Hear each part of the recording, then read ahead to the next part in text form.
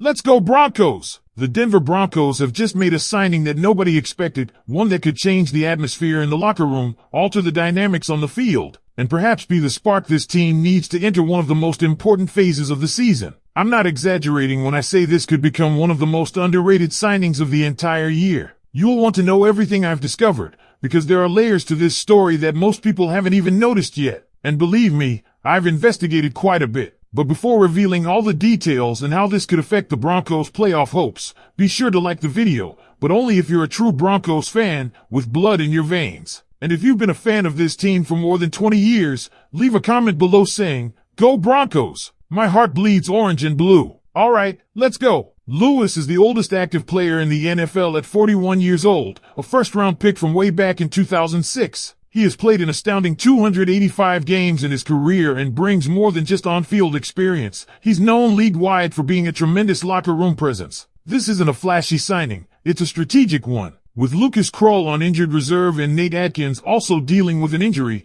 the Broncos' tight end room is thin. Enter Marcedes Lewis, a savvy, intelligent veteran who knows the game inside out and can help stabilize the position with leadership, blocking ability, and red zone potential. Now, no one's expecting Lewis to transform the offense overnight. He's not in his prime anymore, but his presence could offer huge value for a team eyeing a deep playoff run. He might not make headlines with 60-yard touchdowns, but he'll be the kind of player who shows up in the right moments, especially in heavy formations or critical red zone snaps. He's also someone younger guys can learn from, and don't be surprised if his role gradually expands. Speaking of key contributors, we've got major news on the injury front. Surtain II, the heart of the Denver secondary, was initially expected to miss time with a pectoral strain. The concern was real. IR was on the table, which would have meant a minimum of 4 games. But according to insider Ian Rappaport, the Broncos are not planning to place Surtain on injured reserve. That's right, he could return after missing just 3 games. That's a big sigh of relief for Broncos country, especially with a critical stretch of games coming up against the Texans, Raiders, and Chiefs before the bye week. If all goes well, we'll see Surtain back in action by week 13 against the Washington Commanders. That's potentially perfect timing, especially if Washington rolls out Jayden Daniels by then. This small break could end up working in the Broncos' favor, allowing their star cornerback to rest and return at full strength for the playoff push. But naturally, the next question becomes, who steps up in Surtain's absence? Well, this is where things get interesting. The fill-in cornerback duties won't fall to a new free agent. Instead, it's a chance for some younger Broncos to step into the spotlight. Jade Barron's name is at the top of that list. Drafted for his versatility, Barron has already racked up 12 tackles, 3 pass breakups, and an interception. He's still learning and growing into his role, but the raw talent is obvious. He's not just being used in one specific spot. He's the kind of Swiss Army knife the Broncos need in a time like this. Sean Payton and Vance Joseph seem to be saying, just get out there and make plays. So here's how the cornerback room could shape up. Riley Moss and Jade Barron starting on the outside, with Jaquan McMillian sliding into the nickel role. Chris Abrams-Draine is likely the next man up off the bench. That's a solid rotation, even without Surtain. As for Abrams-Draine, let's be honest, he had a rough go when he was thrust into action against the Cowboys. He gave up a few too many completions, but context matters. He was covering top-tier talents like CeeDee Lamb and George Pickens. He kept things in front of him and tackled well. For a second-year corner thrown into a tough matchup, that's commendable. Now, facing a Texans offense with a potentially weaker receiver core, Abrams-Draine could have a chance to settle in and build some confidence. And yes, Nico Collins is the name to watch from Houston. He's a strong threat if he clears concussion protocol, but behind him, it's a lot of unproven depth. Jaden Higgins, Jalen Noel, Xavier Hutchinson. If Nico doesn't suit up, the Broncos secondary suddenly looks like it can hold its own even without its top dog. I expect Riley Moss to take on the toughest assignment, likely shadowing Collins if he plays. The rest of the group just needs to keep plays in front of them and avoid giving up the big chunk yardage. Now here's the twist that could make all the difference in the next 3 games. Dre Greenlaw is back. After serving a 1-game suspension,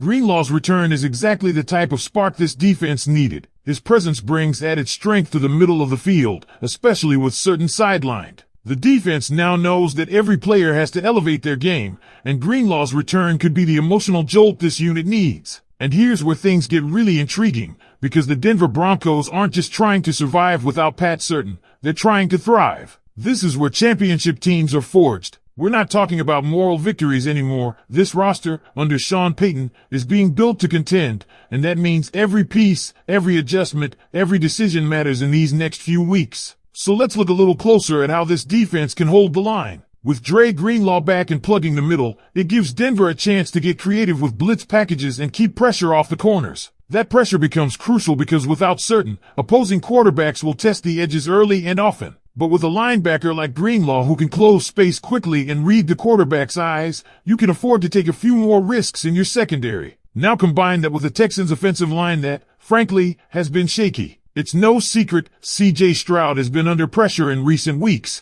and that offensive front hasn't done a great job protecting him. This is where the Broncos' pass rush has to capitalize. Nick Benito, Zach Allen, Baron Browning, this is your moment. You don't need 7 sacks a game, but consistent pressure will force errant throws and rush decisions, giving your young corners a fighting chance. And don't sleep on the ripple effect. A defense playing with urgency, knowing its leader is out, tends to rally in surprising ways. We've seen this before, teams locking in when their backs are against the wall. It's that next man up mentality, and it's going to be tested. But judging by how this Broncos team has fought through adversity already this season, you get the feeling they're not intimidated. On the offensive side, this is where Sean Payton's coaching acumen needs to shine. With the defense in flux, the offense has to be efficient, stay on the field, and give the defense time to breathe. That's where players like Courtland Sutton and Javonte Williams come into play. You need sustained drives. You need to control the clock, and you absolutely must avoid turnovers. That doesn't mean going ultra-conservative. It means playing smart, calculated football. If Russell Wilson can keep playing mistake-free,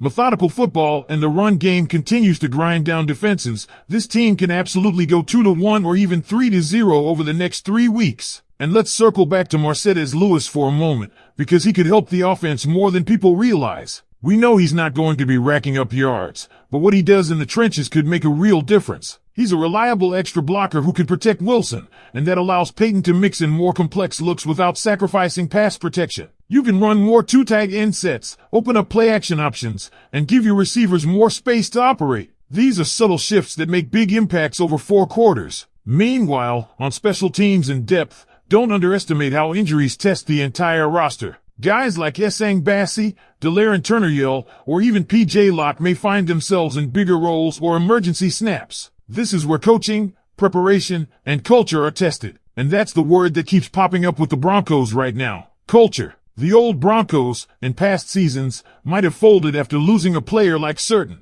But this team, they've shown fight. They've shown growth. They've shown the kind of resilience that gets you through cold weather games in December when playoff positioning is on the line. And speaking of the playoffs, yes, it's early, but these next 3 games will tell us whether that's a pipe dream or a real shot. The AFC is crowded, and every win counts. A win over the Texans would make a loud statement, not just in the standings but across the league. The Raiders, always a bloodbath. And then the Chiefs, the ultimate litmus test. No matter where that game is played or what the stakes are, beating the Chiefs is a confidence boost that can carry a team through January. All of this brings us to a bigger point. This isn't just about replacing a player or surviving an injury. This is about a team that's building towards something. Sean Payton isn't just trying to win games, he's establishing a system, a foundation. And the way this team handles adversity, starting with how they fill in for Pat Surtain, will define the rest of their season.